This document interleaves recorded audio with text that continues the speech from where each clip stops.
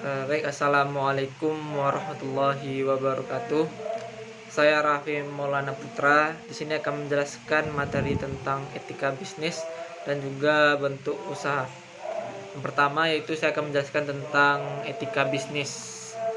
Yang pertama itu etika bisnis adalah seperangkat prinsip moral dan nilai-nilai yang mengatur perilaku dan keputusan dalam konteks dunia bisnis. Melibatkan pertimbangan tentang keadilan, tanggung jawab, transparansi, integritas, dan dampak sosial dari tindakan bisnis tersebut. Etika bisnis membantu perusahaan untuk beroperasi dengan cara yang sesuai dengan norma-norma moral dan menghasilkan keputusan yang bertanggung jawab secara sosial. Selanjutnya yaitu tujuan utama dari etika bisnis adalah untuk menciptakan lingkungan bisnis yang berkelanjutan dan bertanggung jawab, di mana perusahaan dapat mencapai keberhasilan jangka panjang dengan memperhatikan kebutuhan dan kepentingan seluruh pemangku kepentingan, termasuk masyarakat, pelanggan, karyawan, dan juga lingkungan. Selain itu, juga tujuan etika bisnis juga mencakup mempromosikan integritas, keadilan, dan kepercayaan dalam semua interaksi bisnis, serta mengurangi risiko hukum, reputasi, dan finansial bagi perusahaan. Selanjutnya itu ada beberapa prinsip etika bisnis. Yang pertama yaitu ada yang pertama ada kejujuran. Maksud dari kejujuran di sini yaitu kehandalan dalam komunikasi dan perilaku, termasuk menyampaikan informasi secara akurat dan tidak menyesatkan. Yang kedua yaitu loyalitas, yaitu setia terhadap komitmen dan kewajiban terhadap perusahaan, karyawan, dan pemangku kepentingan lainnya. Yang ketiga ada integritas moral, yaitu memegang teguh standar moral yang tinggi dalam segala situasi dan bertindak sesuai dengan nilai-nilai yang benar tanpa kompromi. Yang keempat yaitu ada otonomi, memberikan kebebasan kepada individu dalam mengambil keputusan moral dan bertanggung jawab atas tindakan mereka dalam konteks bisnis. Selanjutnya yang terakhir yaitu keadilan. Maksud keadilan di sini adalah memastikan perlakuan yang adil dan setara terhadap semua individu tanpa memihak atau diskriminasi berdasarkan faktor-faktor seperti ras, jenis kelamin, atau latar belakang sosial. Selanjutnya saya akan menjelaskan materi tentang badan usaha. Sebelumnya itu pengertian badan usaha yaitu merupakan entitas hukum yang dibentuk untuk melakukan kegiatan bisnis atau komersial. Badan usaha dapat berupa perusahaan, firma, atau koperasi yang memiliki tujuan untuk menghasilkan keuntungan atau memberikan layanan kepada masyarakat. Badan usaha memiliki hak dan kewajiban yang terpisah dari pemiliknya dan seringkali memiliki struktur organisasi yang terdefinisi dengan jelas, termasuk pemegang saham, direksi, dan manajemen. Ini memungkinkan badan usaha untuk beroperasi secara independen, memiliki kepemilikan aset, dan bertanggung jawab atas utang serta kewajiban hukumnya sendiri. Selanjutnya itu bentuk-bentuk badan usaha terbagi menjadi dua. Yang pertama itu state capital atau modal negara, mengacu pada sumber daya keuangan yang dimiliki dan dikelola oleh pemerintah atau badan-badan publik untuk membiayai proyek dan layanan publik. Contoh dari state capital termasuk dana yang dialokasikan oleh pemerintah untuk pembangunan infrastruktur seperti jalan, jembatan, serta pendidikan dan layanan kesehatan yang disediakan oleh pemerintah.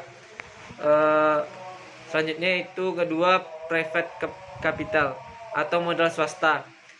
Di sisi lain merujuk pada sumber daya keuangan yang dimiliki oleh individu atau perusahaan atau lembaga keuangan swasta untuk menginvestasikan pengembangan bisnis atau proyek dengan memperoleh keuntungan.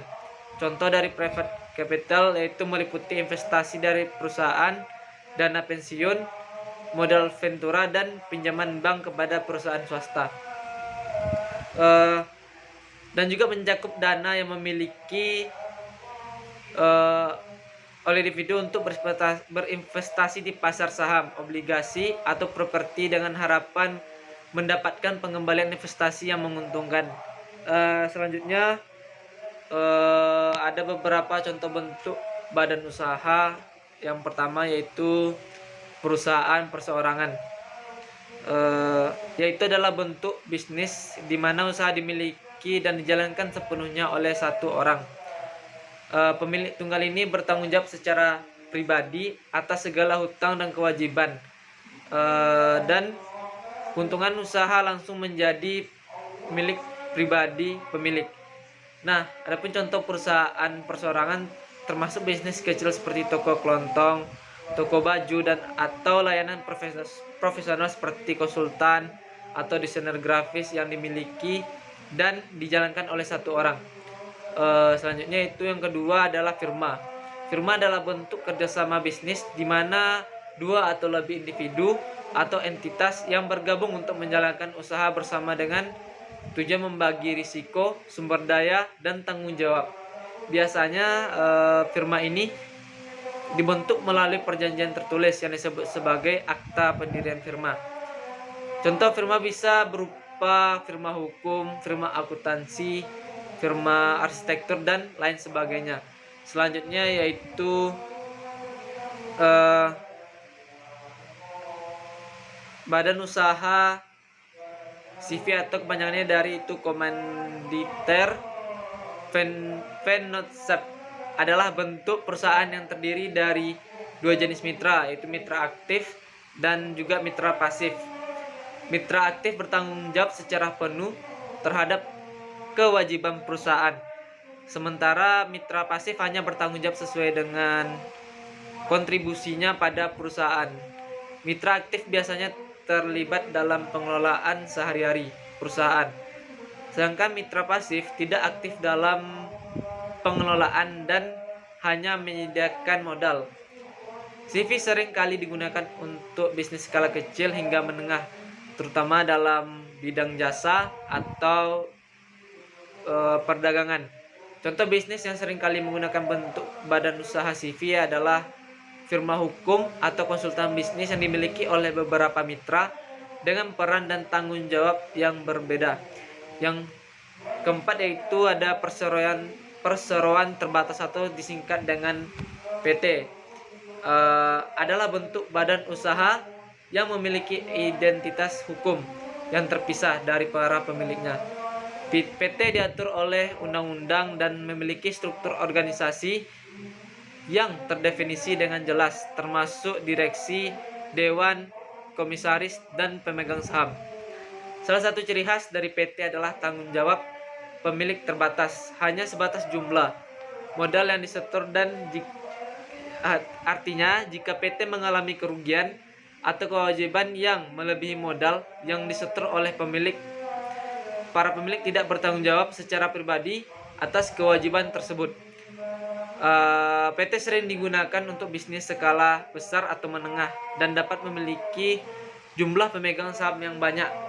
Mungkin ada contoh dari PT yaitu termasuk perusahaan besar dalam berbagai industri seperti perbankan, manufaktur, atau perdagangan. Yang terakhir itu ada BUMN, adalah singkatan dari Badan Usaha Milik Negara. BUMN adalah entitas bisnis yang dimiliki dan dioperasikan oleh pemerintah atau suatu negara regional. BUMN biasanya didirikan dengan tujuan untuk mengoperasikan bisnis yang strategis atau memiliki dampak besar terhadap perekonomian negara seperti transportasi, energi telekomunikasi, pertambangan, atau perbankan. Mungkin hanya itu penjelasan materi singkat dari saya. Lebih dan kurang saya mohon maaf. Wabillahi taufiq wal hidayah. Wassalamualaikum warahmatullahi wabarakatuh.